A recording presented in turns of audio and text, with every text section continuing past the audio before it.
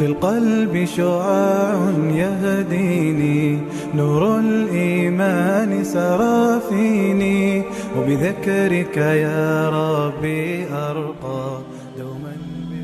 Kimga qarasangiz o'zini xuddi hammadan uzoq umr ko'radigandek tutadi. Men hali yoshman deyishadi. Birodarlar, men hayotimdagi eng og'ir 5 haftalikni boshdan kechirdim.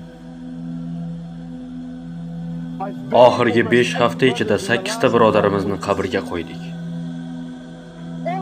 Ularning barchalari 25 yoshdan kichik bo'lgan yoshlar edi.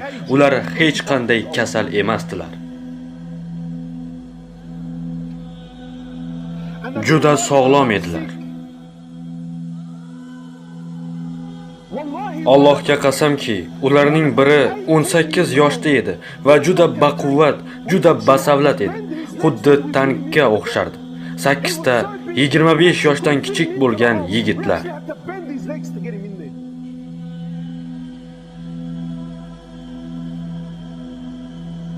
Balki mendan ularning qaysi biri namozxon edi va yoki qay biri Qur'on o'qirdi deb so'rarsiz. Hech biri.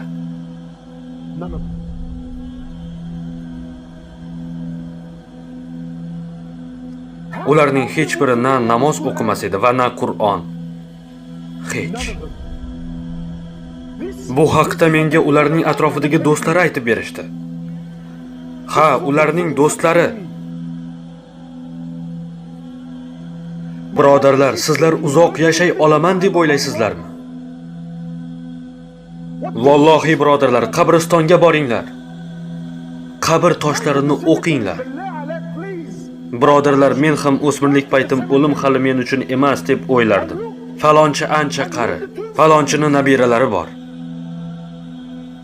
Yana kimnidir soqollari oqargan, yoshi bir joyga borib qolgan der edim. Yana kimnidir u kasal, yaqinda o'ladi deb o'ylardim. Vaqtlar o'tdi, ulg'aydim. Bilasizlarmi, men hozir 30 yoshdaman. Ko'p yillardan beri janoza o'qish uchun eski qabristonga borar edim. Mana shu yaqin 3 yilda Yaqin 3 yillikda yangi qabristonga boryapman. Boisi eski qabriston to'ldi. Bilasizlarmi?